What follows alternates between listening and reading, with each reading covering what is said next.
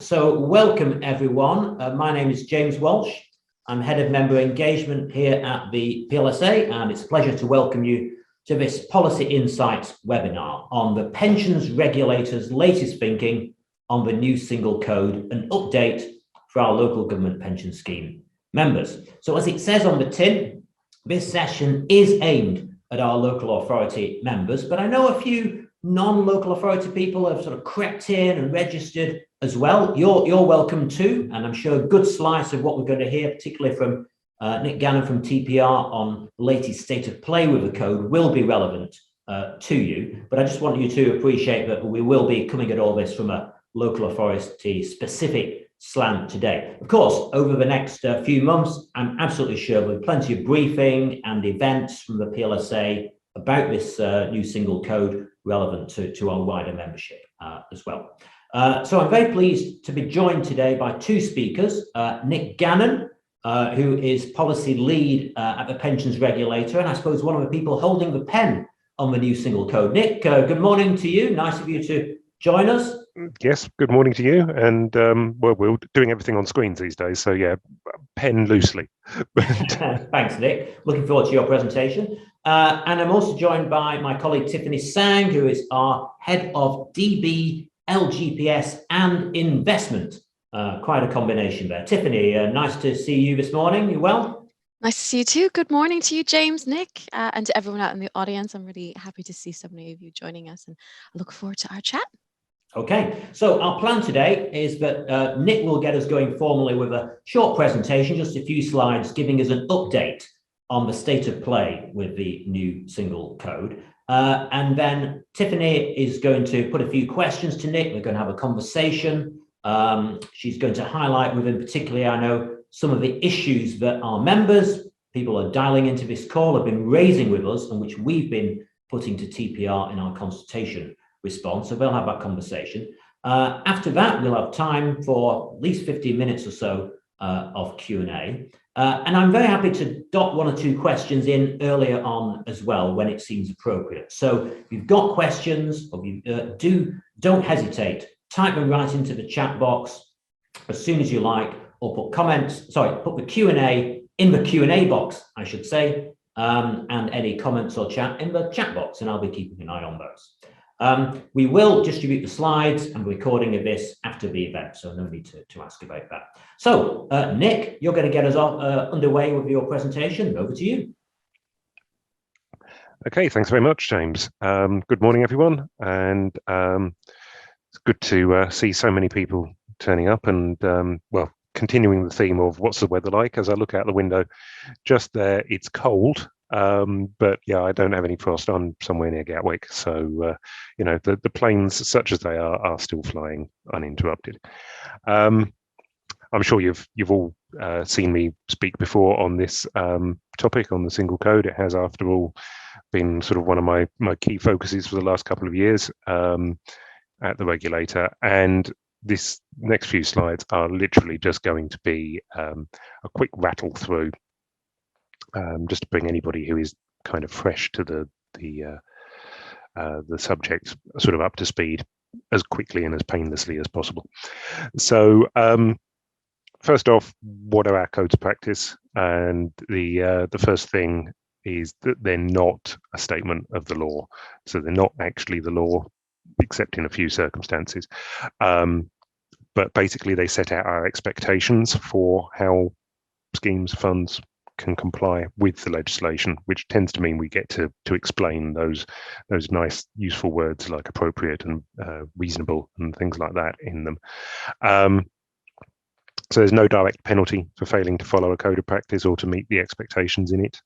But if we do ever get involved in legal proceedings or use of our powers, we can refer back to the code of practice as evidence of what a scheme, a fund should be doing. So we can issue improvement notices or compliance notices in relation to those. And if it ever ended up in court, the court must take our code of practice into account when delivering their verdict, which all sounds rather dramatic. But what's the background to this work? What is the work that we're actually doing? So if we go back to 2018, and the Occupational Pensions Governance Amendments Regulations 2018, which don't actually affect LGPS schemes directly. But it's the small bit of regulation that was needed to be transposed into UK law arising from the European IORP 2 directive, and it sneaked in just before we left the EU. It basically puts expectations in relation to what are called effective systems of governance in private sector schemes. But when we were actually reviewing our codes of practice to kind of assess actually what was an effective system of governance, what have we ever said about them, we sort of encountered that our codes of practice are outdated, and some of them are 16, 17 years old. A lot of them duplicate the same content over and over again with slightly different words, risking a inconsistent expectation. So we just took the opportunity to clarify existing expectations, to roll it all into one, and to actually make it into a much better, hopefully, user experience. Because if you've ever used our website and you've managed to find the codes of practice, you'll know that actually if you're trying to find particular expectations, they're often buried in blocks of text, and searching through the HTML version of it as it is at the moment can take you quite a long time. So we felt the time was right for doing something that actually we knew we had to do sooner or later, but it was kind of, this was the final straw, I suppose. So we produced a draft of the new code, and this was contained 10 of our existing codes of practice, including the public service schemes code, which actually lent a lot of content in terms of it being a good code for just how to run a pension scheme, really. And that reduced the page count of the 10 codes that we incorporated by about half. So it's 51 modules now. So these are little short self-contained or mostly self-contained blocks of content, but all designed to link to each other across the internet within our website. We ran the consultation back in March and May with the help of organisations such as the PLSA. We managed to actually speak to over 1,000 members of the pensions community. I would say in person, but through the medium of a camera and screen, which is probably more than we could ever have hoped to have done under conventional circumstances. So there's one good thing that comes out of this, if nothing else. In terms of formal responses, we've got 103 formal responses, including 24 from public service schemes, most of those being from LGPS funds. In total, we got about 10,000 individual answers. I think it's actually a bit higher than that. I think it's closer to 12,000. But that's largely our fault because we did ask about 260 questions. So, you ask a lot of questions, you get a lot of answers. In fairness, a lot of those answers are yes, no, no comment, that kind of thing. But, we do take in to account all the answers that we've got in actually arriving at the final version, which is unlikely to become effective before summer 2022. So if you've been following this story from the start, you'll know that all my timelines have been completely rubbish in terms of when things would arrive. So I'm saying for summer 2022, that will probably be, touch wood, the point where it lands in Parliament, and at which point it's final, but it's not in force. So I would expect it probably in force very late summer, early autumn, depending on how you choose to measure these things. But there's a lot to contend with before we get to that stage. So yeah, I wouldn't absolutely hang my hat on it, but I'm fairly confident this time around. So what are the key themes that are coming out of this consultation that we've seen so far? And these are the ones that I've sort of drawn from the public service responses, but they sort of echo a lot of what we've got from private sector schemes as well. So clarifying the applicability, and this was something we knew we had to do, and it just didn't make it into the consultation version, and we're still toying with a few ideas about this one. So this is, if I'm reading a module, how do I know that it actually applies to me? Which is a perfectly reasonable question. And And yeah, as I say, it's one that we've given some thought to. We're actually going to trial a few ideas and see which actually works. But whether it's color coding or flagging or some way of stripping it out if you put in your particular criteria, we've toyed with a lot of ideas. Lots of questions for guidance. A lot of our guidance will carry on and will just get plugged into the new code as and when it becomes into force, which will probably make it a lot easier to find guidance than it is at the moment. But there's a lot of questions there about actually what's proportionate. So we're saying things that, it depends on the complexity of your arrangements and things like that. So what actually is proportionate? And while we can't say categorically exactly, what's going to be right for everyone, yeah, there's possibility there of a few examples, as we have done in other instances. Highlighting changes and maintaining historic versions of the code. What's changed? What's new? What's different? Where's it moved? We tried to do some of that in the consultation, but it was an imperfect science because we had moved everything around. But yes, going forward in terms of updates and things like that, again, we're examining ways of being able to store or highlight old versions of the code so that people can actually refer back to what it was they were doing in those sunny, heady days of 2022 when they're looking at it from 2027, perhaps. And the last one here is the sort of the legislative boundaries and what we can say, what we can't say within codes, and how far can we sort of push things, and have we pushed things too far in certain areas? It was a consultation.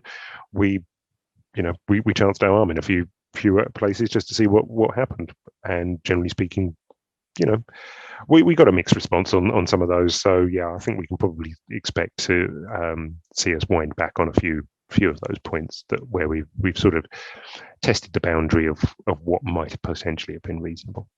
Now I think that's probably the end of my slide, so I think I'm going back to James at this point. Okay, Nick, thank you very much. That's a great introduction to sort of where we got up to. I saw that Martin Tingle's already fired a question into the Q&A box, Nick, so let's just pick that up quickly before I hand the baton to Tiffany. So Martin's put quite a pointed question. He says, do you regret not being more upfront that the new single code was not only tidying or combining, but also is creating additional requirements? Yeah, I mean, it was never something that we tried hiding. So, I mean, there's no sort of ulterior motive on this one.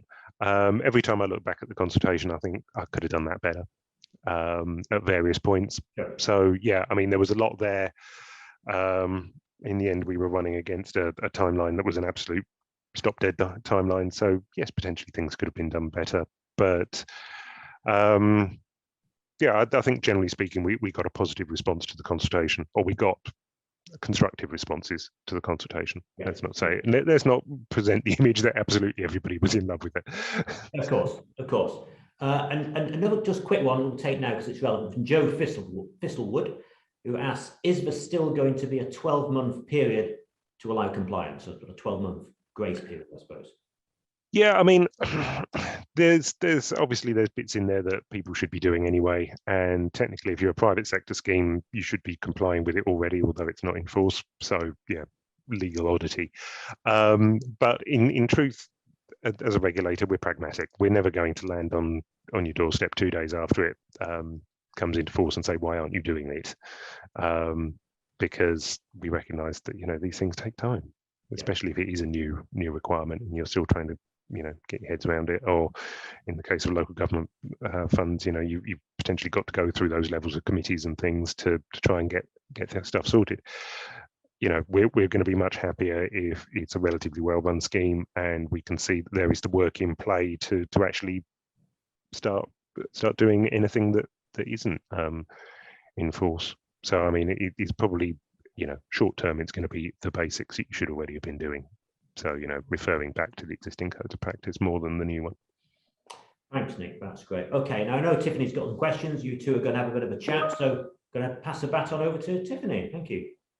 That's great. Thanks so much, James and Nick. Thank you so much for joining us again. I know that you and I had a chat like this. Gosh, it feels like years ago now, doesn't it? About maybe 6 I months. can't Yeah. believe we're at the end of November. So. I know, absolutely. But thank you again for taking the time to speak with us and our members who are in the audience. I think it's probably not too dramatic to say that the entire pensions community is waiting with bated breath for what comes out next. And I think just hearing your recap of the slides just now of the process to date, I mean, I think it's fair to say it's a tremendous piece of work, and a lot of thought and effort has obviously gone into it. And as you say, not everybody was happy, but as all pieces of work are, it's always a work in progress. And I think it's also fair to say that our members, by and large, support the overall aims of what you're trying to achieve. Which brings me to our segment of the chat, which is that while there is support for all the overall aims, there are outstanding issues that we pointed out in our consultation response as well. And so I'd like to take some time now to just chat through some of those. And I know that in our conversations in the past, there are some emerging thoughts, and I know you've covered as well in your slides just now that you've nodded to some of the issues that they've raised. So I think there's probably about 5 or 6 that I've jotted down, and the very first one that leaps out to me, the biggest one that has come to us again and again from our LGPS members, is around this idea of the term governing body. So one of the biggest concerns was, given the complexity of the way LGPS funds are governed, the term governing body could refer to any and all sorts of entities within the funds.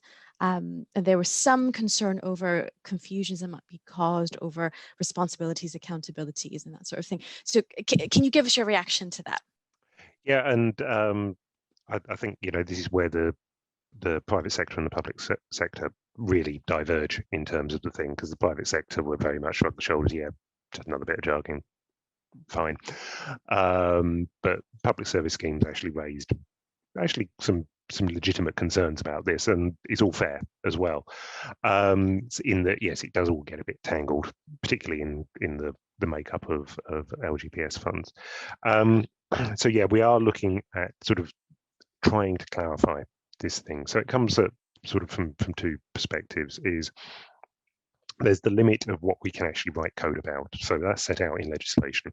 I think it's section 90 of Pensions Act 2004, should you be particularly interested in reading it.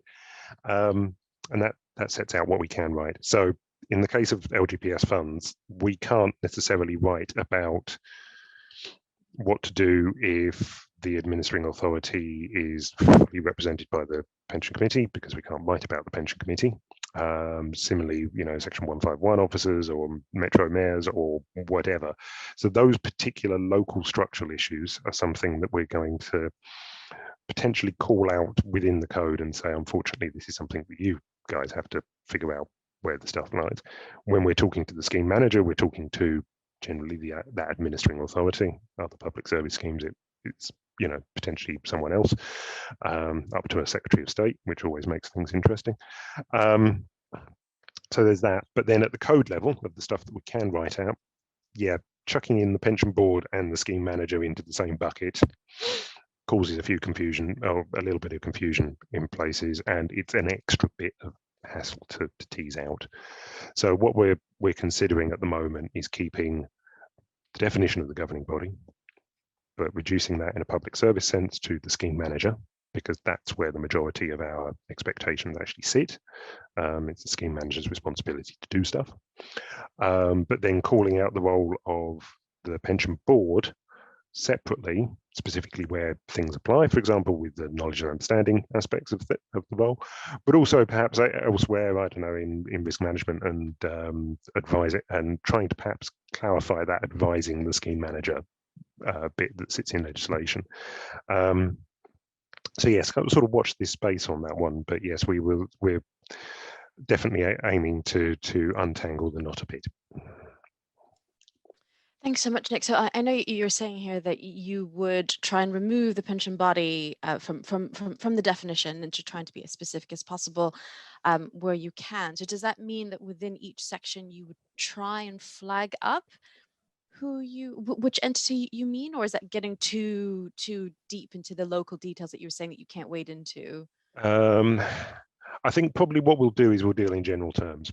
So yeah, what we've done elsewhere where something only applies to a particular body. A good example is the chair's statement for DC schemes. We refer specifically to trustees rather than governing body because that only applies to trustees.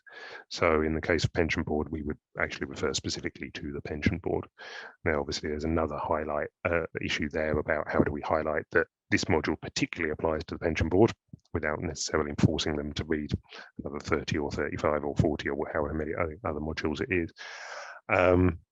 So yeah, I mean that's another aspect of these things that we have to sort of examine. But that's strange enough, that's actually easier than writing the code in the first place, because that's a technical issue in terms of how things appear on the screen more than necessarily how we write it. But.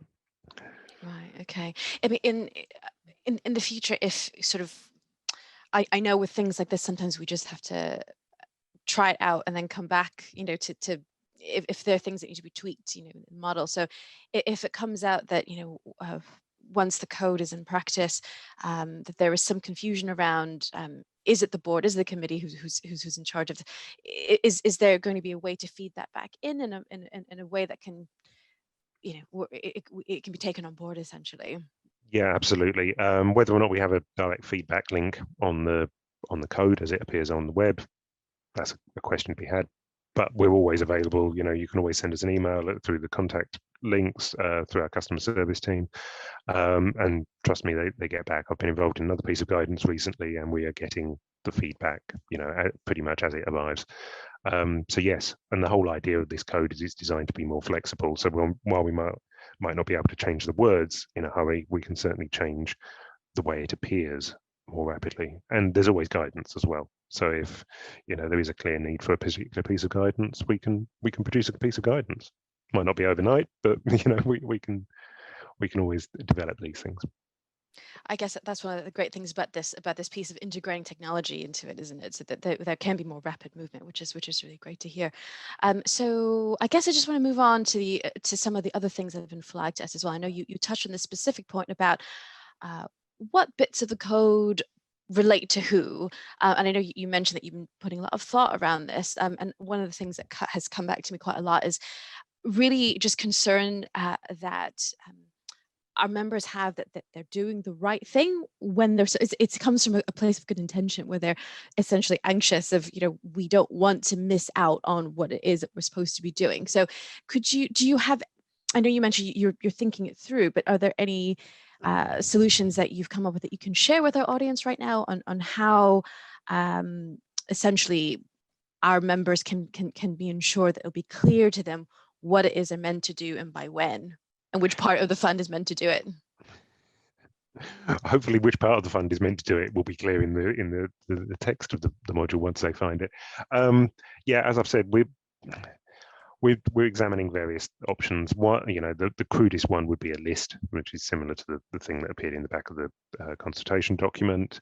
But we're actually sort of more optimistic about, as I say, a sort of a way of filtering it. So at the sort of the landing page of the code, you could kind of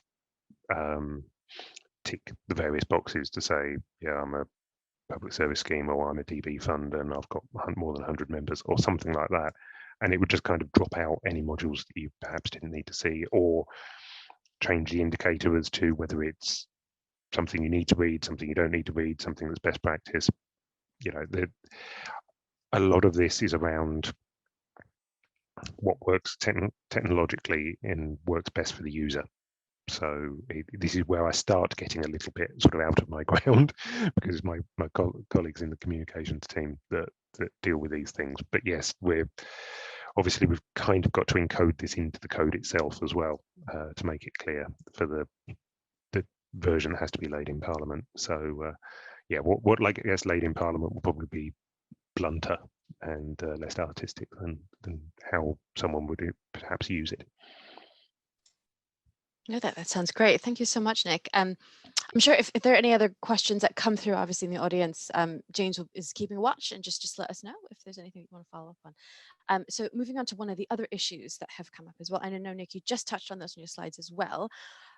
But one of the things that people were worried about was around an audit trail of changes that might come through. So I think, could you give us a bit more insight into what you're thinking on how those changes will be tracked and how people might be able to go back and see how things have changed? Yeah, so I mean, going forward, it's easier because we've got, we will have the initial version of the code.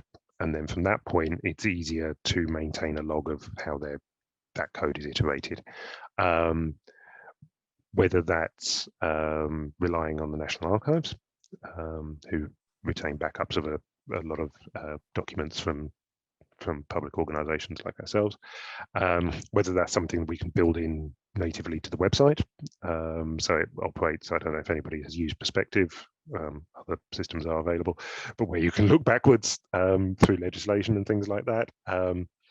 It might be that something a bit more like that. Yeah, again, it's to be decided. It might even be that it's a link to a version of the page that existed previously. So, you can kind of click a drop down or something and it drops back to the version that was in force, say in September 2022. That sounds great. That sounds great. So my last two questions are really around different parts about around this issue of accountability and responsibility. So I think again, our members are coming from a place of just wanting to be sure that they're doing what's asked of them. And I think this first question is really around knowing that the LGPS funds they're not a separate legal entity from the administrating authorities. I think there's been a question around what happens when, for instance, as an example, I know this came in one of our roundtables back in May or April, I believe, with our members. So what happens if, for instance, cybersecurity is an example that's been given, becomes a top compliance priority? Is it then the LGPS fund individually that has to take on that responsibility, or is it a local authority who's in charge of the fund's IT, for instance? And given that the fund and the administrating authority are considered as one, what is a fund to do, I suppose, if the administrating authority won't play ball? And I don't know if you have any reactions to that kind of concern. Yeah, and I think it's a reasonable concern as well, especially for something that's sort of such a potentially damaging issue as cybersecurity. Yeah, it's a tricky one because as the draft code sets out, we now have some particular expectations that we've listed from our guidance into cybersecurity. I think, from our point of view as a regulator, we can only ask the administering authority, or can only expect the administering authority to do that.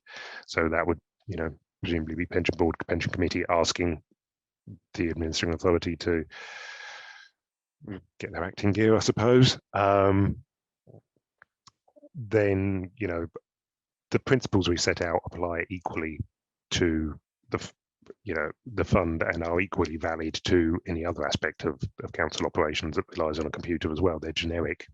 We pick them up from other government guidance. So I think there is a debate there to be had internally within that organisation about improving cybersecurity because it reaches out so far. But equally, it comes back to pragmatic regulator and everything that actually you can only do what you can do, and we can, we could, I suppose, eventually put an improvement notice on an administering authority saying you've got to improve this. Whether that would only then apply to the fund itself or the bits of tech that applied to the fund, I'm not the legal expert, so I don't know quite how far that could actually go. But we can be helpful as well as wielding big stick. So is it right to say just kind of a wait and see, kind of the intention is to proceed with fairness, and I guess it's to say that your door is open, that if a problem occurs to contact TPR and to try and work out a way to move forward. This is it. I mean, we are there to be helpful. I mean, we can't wave a magic wand and make all your problems disappear, but we can perhaps be the looming over the shoulder a little bit, and adding a little bit of weight to what is being said internally. No, I can see that. I can see that. So going with the theme as well, sticking with the theme of accountability and responsibility. So as I'm sure you know, there's an ongoing work in progress as well in another bit of LGPS world around LGPS fund and pool governance. So I know that there's stuff happening that the consultation is meant to drop around, asset pooling guidance or that kind of thing, where it's an ongoing process, and there are lots of kinks to iron out. So I questions have come to me over the last few months around will the single code say anything about clarifying some of the pooling governance, specifically around who is responsible for what, if there are breaches of law or conflicts of interest within pools? Will it have a nod at all towards how that will be resolved? I don't think it's something that we've given an awful lot of thought to. I think things like conflicts of interest, there's general principles that you would expect a pool to comply with equally as a fund or a private organisation, or the council itself, would all have conflicts of interest policies. I would imagine they would all be pretty similar. But yeah, in terms of accountabilities and things, I think it would largely depend on exactly how that pooling and asset management guidance or statutory guidance actually lands. So yeah, we won't certainly run ahead of any of that. But we have got some bits in the code that relate to service providers, which I suppose ultimately pools are, that would potentially be useful in terms of sort of just setting the groundwork for how that working relationship actually plays out. Okay, no, that makes sense. So what I'm hearing overall in a lot of these things is, like most projects, it's a work in progress. We'll work together to do to apply it in the best way possible, and if there are problems, we'll it's an open dialogue, essentially, is what I'm hearing. So I guess there's still a lot of moving parts going on. Yeah, exactly. And it's, as you say, we're waiting to hear from the former MHCLG. I still haven't cracked onto the new acronym, DCU. I can never remember the new one. So someone will correct me. Someone put in the chat box and correct me what the new name of the MHCLG is. But I turn it over to back to James and to the audience, really, to give some. Oh, thank you, Heidi. I see it there, DLUCH, to ask further questions, either to me or to Nick, essentially on the next stages. Thanks, Tiffany, and thanks, Nick, for your answers. Great conversation, and we got quite a few questions coming in, and a lot of them do home in, Nick, on a couple of the issues that Tiffany's been pushing you on, which suggests we are reflecting the issues our members are most concerned about. One is this question of where does accountability and responsibility lie, and I see Claire Scott asked about what are your thoughts on how the governing body definition might change. I think you've covered all that, to be fair. So. But Claire was asking about that. The other key theme that's coming through is this question of how to identify what is new in the code. Michael Burton's Sharon Daly says, will it be clear what the new requirements are? And Gordon Taylor says, could we take any inspiration from the FCA's handbook, because it's got a sort of time travel component or feature in that, hasn't it, where you can set the handbook to show how it read at a particular date. You can customize the way it looks. You can tell the FCA's website, I'm this sort of scheme or fund, and you'll see relevant material. Are you thinking, Nick, whether you could sort of follow that kind of model? It's certainly one of the models we're looking at. So in terms of web design, there are certain rules we have to follow that are set by Government Digital Service. So we would not want to run afoul of those, and I'm not sure whether or not the FCA actually have to abide by them, because they're set up under slightly different law. But yes, I mean, we will examine what's possible within the framework we operate in, certainly digitally, and figure that out. But in terms of Mike Burton's question about the PS toolkit as well, yeah, it's one of those things that we're looking at. And in fact, that was pretty much the first question I think I got asked when I first floated this idea of a single code publicly was, what about the toolkit? And yep, the toolkit isn't going anywhere. Oh, not at the moment anyway. And we have ambitions to be able to update it so that it reflects just legislation generally, reflects the new way that the code works, but also to kind of get a better interaction between those two, so that, you know, if you're reading a module in the toolkit, you can actually refer off to the code and come back and answer the questions that arise in it.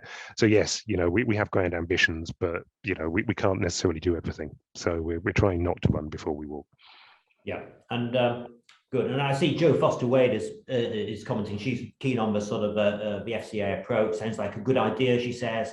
Ask a few questions about the type of scheme, and then only the relevant parts of the code appear. So that answers the previous point about presentation. Thanks, Nick. Let's just look at one or two other questions which are coming in. So Claire Scott again says, currently pension boards typically meet quarterly. Does Nick have a view on whether quarterly meetings will be sufficient in the future to oversee compliance with the new code, given it's significantly longer? I'll take a slight, well, I'll take in an advisement whether or not it is longer from a PS point of view. I think we've just been slightly more explicit about expectations. So I'm not convinced it's longer, but quarterly meetings.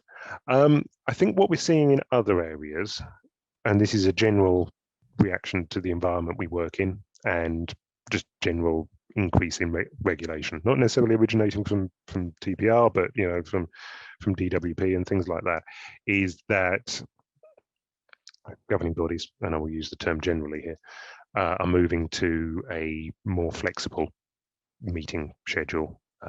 So rather than trying to cover everything in 1 day or 2 days or whatever, and I understand that, you know, you can have 2-day trustee meetings in some schemes, is they're actually trying to do smaller agendas more often. And that works in other areas of governance as well. So, you know, I know school governors, for example, tend to meet on a monthly basis. So I think possibly, yeah, shorter, more focused meetings might be a way forward. But you know, it very much depends on the fund. We've got, well, certainly within PS Universe, we've got, you know, difference between a few dozens in terms of scheme membership and many millions. So you know, there is a wide range, and it will be kind of what works for that particular organisation. Yeah, I've certainly been finding it, talking to private sector schemes, that because of COVID and doing meetings online, many of them have been taking that approach and doing sort of more frequent, shorter meetings, because there isn't that need to sort of get people together and then sort of maybe have a day-long meeting. You can have an hour on a particular topic, and I think plenty of them probably will continue with that approach. Whether that works so well in on the LGPS sort of side of the house, I'm not sure, but time will tell, I suppose. Just moving on to another question. Well, it's not really a question so much from Jo Thistlewood, more a comment. She says about pools. Not all pools are set up the same way. Very true. So there are different levels of accountability or status. It's another case, she says, of one size fits all. Any comment, Nick?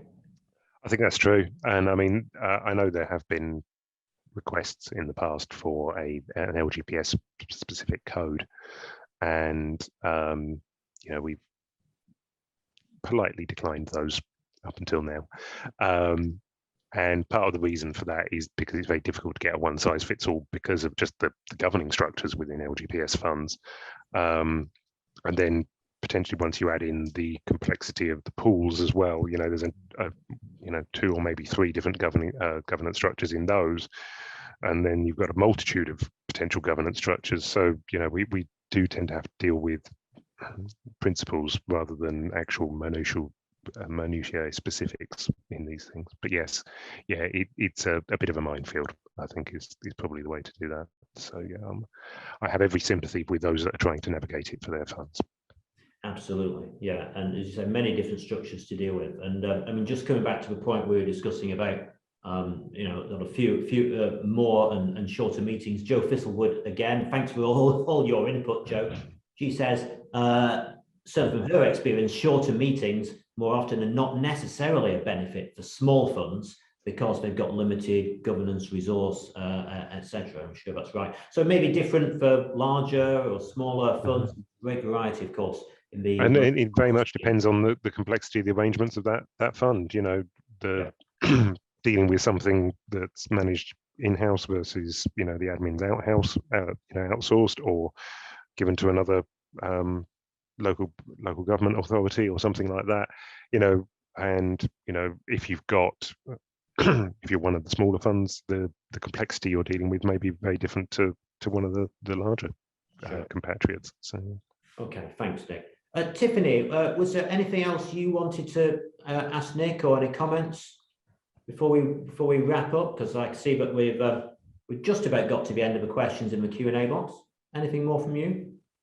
No, thank you, James. I was just reflecting on my notes. I think I'm okay for now. I think Nick has been answering them as I pop into my head. So thank you. Oh, I think you're on mute, James. Thank you. Yeah. So just one last question has come in from Joe Ray in Lincolnshire, I think, if my memory serves me correctly. I hope I'm right there, Joe. She says this has been asked, but I don't think answered. Once the new code is finalised, will the toolkit be updated to reflect it? It's a really useful tool to assist board and committee members' understanding. Just to clarify that, Nick. Yes, yeah. As I say, it is one of these things that we have the ambition to go wider, but also we recognise that actually just in the short term, the content will get broken or outdated. So yeah, that's going to be one of our first points of call. We'll probably do relevant guidance first because that's probably more pressing, but then the toolkit will run more or less in parallel. But it largely depends on resourcing within the regulator for exactly when. So I'm definitely not making any promises on that. Everything depends on resourcing, isn't it, Nick? Whoever you are, whether it's your end or our members' end. Okay. Well, look, we're coming towards the end of our time. Nick, thank you. You've answered loads of questions, and thanks, Tiffany, also for putting questions, and to all our members who put them forward as well. Thanks very much to everyone. Just to remind you, we will be sending around the slides and the recording of this within 48 hours. So you get that in the next couple of days. I just want to remind our members of some of the big events we've got coming up next year, and we've announced now our program of PLSA conferences for next year. But just to quickly tell you, we've got an online ESG conference for all our members in March, on the 9th to the 10th of March, so that's online. Our investment conference will be in Edinburgh, where it's traditional venue, I suppose, but a little bit later in the calendar. That's 25th to the 26th of May. So that's our first sort of big in-person event. Fingers crossed, variants permitting, I suppose, we'll see. We have our local authority conference, the big event for this constituency we're talking with today, back at the Cotswold Water Park, but a little bit later than its traditional slot. That's going to be in the middle of June, 13th to 15th of June. And the reason we've done that is a lot of people used to say to us that its slot in the middle of May wasn't great because it was financial year end. So fingers crossed, moving it a few weeks later helps. And then our annual conference will be in Liverpool next October, 12th to the 13th of October. So put those in your diaries, and I'm sure we'll be circulating plenty of reminders about them. Other than that, thank you, Tiffany, for your contribution. Thank you particularly to Nick for joining us and for being so open, Nick, about all these issues. So much appreciated. And thanks to everyone who's dialed in, and enjoy the rest of your day. Goodbye.